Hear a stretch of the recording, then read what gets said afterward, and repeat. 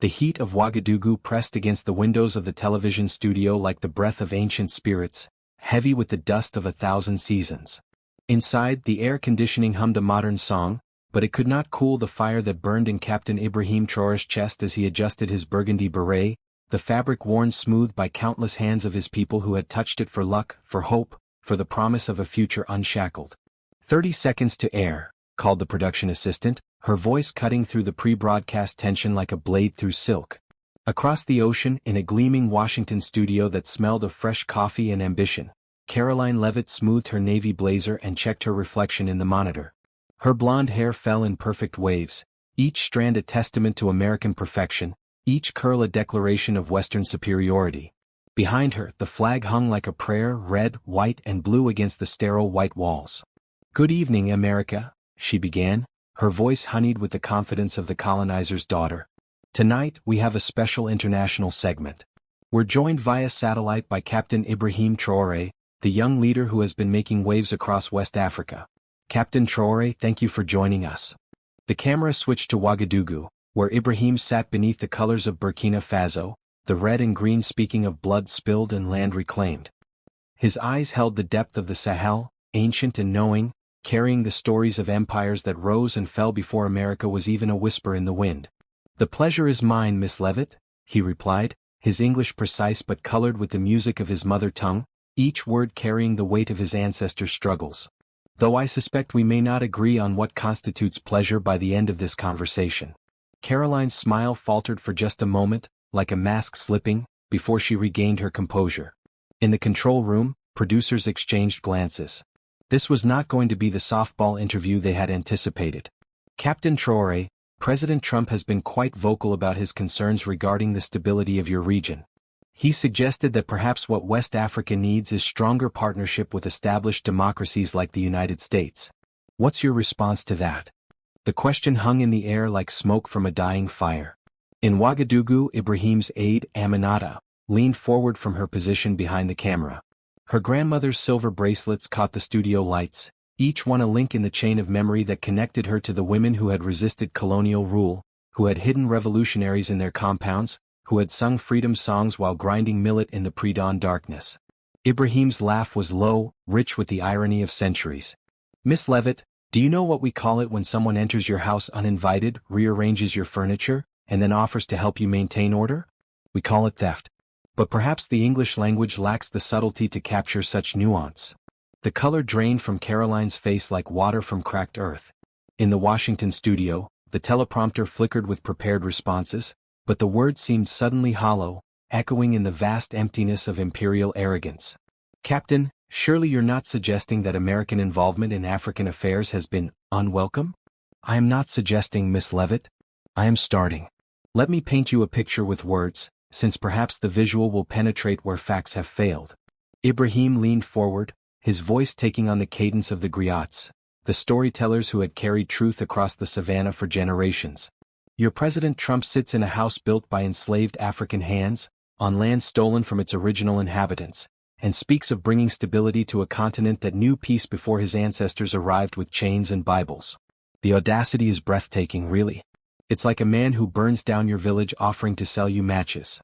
Caroline's breathing became shallow. The studio lights seemed suddenly too bright, too hot. In her earpiece, her producer's voice crackled with panic. "Redirect, Caroline. Get control of this interview." But control was slipping away like sand through fingers, like the dignity of nations pillaged for their resources, like the names of ancestors erased from memory by foreign tongues that could not pronounce them properly. "President Trump," Ibrahim continued, his voice gathering strength like a storm over the Niger River, "speaks of African countries as if we are children who need guidance, as if our civilizations did not flourish while his ancestors were still painting themselves blue and living in mud huts. Timbuktu was a center of learning when London was a collection of wooden hovels. The University of Sankore was teaching mathematics and astronomy when Harvard was not even a dream in some Puritan's mind." The camera captured every flicker of emotion on both faces, Ibrahim's fierce pride, Caroline's growing distress. In living rooms across America, viewers sat transfixed. This was not the usual diplomatic dance of careful words and calculated silences. This was true, raw, and unfiltered, flowing like the Niger River itself. But perhaps, Ibrahim's voice dropped to almost a whisper, forcing millions to lean closer to their screens. Your president's ignorance is not accidental. Perhaps it is willful. Perhaps acknowledging our history, our agency, our capability for self-governance threatens the very foundation of his worldview. How can he justify his nation's continued exploitation of our resources if he admits we are not the hapless victims he needs us to be? Caroline's hands trembled against the desk. The makeup artist had powdered her face to perfection that morning, but now perspiration beaded on her forehead like morning dew on grass. The studio felt like it was closing in, the walls pressing closer with each of Ibrahim's words. Captain Traoré, she managed, her voice cracking like dry earth in the harmattan wind, you seem to have a very negative view of American leadership. Negative? Ibrahim's eyebrows rose. Miss Levitt, when a man's actions consistently harm you, calling him harmful is not negativity, it is accuracy.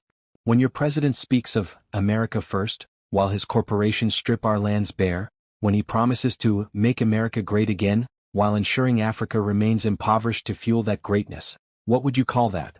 Altruism? The irony in his voice was sharp enough to cut diamond. In the Washington studio, the production crew watched in fascination and horror as their carefully orchestrated interview transformed into something unprecedented, a moment of genuine truth-telling on live television. Let me tell you about your president's concern for our stability, Ibrahim continued, his voice taking on the rhythm of the talking drums that had once carried messages across empires. In Mali, American-trained soldiers stage coups against democratically elected governments. In Libya, American bombs create chaos and call it liberation. In Somalia, American drones rain death from cloudless skies. And then, with blood still fresh on his hands, your president asks why Africa cannot find peace. Caroline gripped the edge of her desk. The studio lights blazed overhead like the sun over the Sahara, merciless and revealing. In her earpiece, her producer's voice had become a frantic whisper. Cut to commercial. Cut to commercials now. But she could not move. The weight of Ibrahim's words held her frozen, like a gazelle caught in the gaze of a lion. This was not how the interview was supposed to go. She had prepared questions about terrorism, economic development, and the need for Western partnership. She had not prepared for this, for truth delivered with the force of a desert storm. Your President Trump, Ibrahim said, his voice now carrying the authority of ancestral voices, stands before the world and speaks of African nations as shithole countries. He reduces our diverse continent to a single dismissive phrase, as if the birthplace of humanity, the cradle of civilization, the source of the very elements that power his smartphones and electric cars, is nothing more than an inconvenience to his narrow worldview. The words hit Caroline like physical blows. In her mind, she could hear her grandmother's voice, sweet and reassuring, telling her stories of American exceptionalism, of manifest destiny, of the white man's burden. Those stories seemed suddenly fragile, like ancient paper crumbling at the touch of truth. But here is what your president does not understand, Ibrahim continued, his voice rising like the call to prayer echoing across Ouagadougou's minarets. We are not asking for his approval. We are not seeking his permission. We are not begging for his recognition. We are simply reclaiming what was always ours, our dignity, our resources, our right to determine our own destiny. The camera zoomed in on Ibrahim's face, capturing the fire in his eyes, the set of his jaw, the absolute certainty of a man who had never doubted his worth, never questioned his right to exist in the world as an equal. Behind him, barely visible in the frame, hung a photograph of Thomas Sankara, the revolutionary who had dared to dream of an Africa free from foreign dominance, who had paid for that dream with his life. We have gold, but we are told we are poor. We have oil, but we are told we need aid. We have diamonds, but we are told we are underdeveloped. The mathematics of this situation is quite simple, Miss Levitt. The problem is not our inability to prosper. It is the systematic prevention of our prosperity by those who benefit from our poverty. Caroline's vision blurred. The studio seemed to spin around her like a dust devil on the savannah. The carefully constructed narrative of American benevolence, of Western civilization's gifts to the world, crumbled under the weight of Ibrahim's relentless logic. Captain, she whispered, her voice barely audible over the humming of the air conditioning, surely you acknowledge the good that America has done. Good? Ibrahim's laugh was bitter as desert wind. Miss Levitt, when a man robs you and then gives you back a fraction of what he stole, do you call him generous? When he burns your house and then offers you a tent, do you call him kind? America's good works in Africa are the charity of the thief, the kindness of the arsonist. The studio fell silent except for the mechanical sounds of cameras and cooling systems. In newsrooms across America, editors watched in stunned silence as one of their own appeared to wilt under the fierce gaze of this young African leader. This was not how these interviews usually went. Usually the African guests were grateful, deferential, eager to please their American hosts. Your president speaks of trade deals as if trade is charity, Ibrahim continued, his voice now carrying the weight of centuries of exploitation. But trade, Miss Levitt, implies equality. It implies mutual benefit. What your country practices is not trade, it is extraction. You take our raw materials at prices you dictate, process them in your factories, and sell them back to us at prices we cannot afford. You call this the free market. We call it colonialism with a business degree. Caroline's hands shook as she reached for her water glass. The ice had melted, leaving the water lukewarm and somehow bitter on her tongue. In her earpiece she could hear her producer's voice growing more desperate. Wrap it up, Caroline. This is getting out of hand. But it was too late. The truth, once unleashed, could not be contained. It flowed like the Niger River in flood season, sweeping away everything in its path. Let me tell you what courage looks like, Miss Levitt, Ibrahim said, his voice softening but losing none of its power. Courage is a young nation saying no to the World Bank's predatory loans. Courage is refusing to allow foreign military bases on your soil while your neighbors burn. Courage is choosing to process your own gold rather than shipping it raw to enrich foreign shareholders. Courage is looking at the world's most powerful man and refusing to bow. The words hung in the air like incense in a mosque, sacred and challenging. Caroline felt something fundamental shifting inside her, like tectonic plates moving beneath her feet. The certainties of her childhood, the assumptions of her education, the privileges of her position, all of it seemed suddenly questionable. Your President Trump, Ibrahim continued, his voice taking on the cadence of a sermon, believes that power is the ability to make others submit. But true power, Miss Levitt, is the ability to stand upright in the face of submission's demand. True power is the courage to speak truth to those who have grown fat on lies.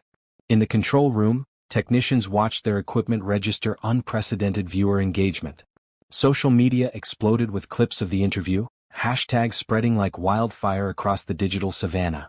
Hashtag truth-telling, hashtag dignity speaks, hashtag Africa Rising began trending globally. Caroline tried to speak to regain control of the narrative, but her voice caught in her throat like dust in the harmattan. The studio lights seemed to pulse with each beat of her heart, and she could feel the weight of millions of eyes upon her, watching as her composure cracked like dried mud in the rainy season.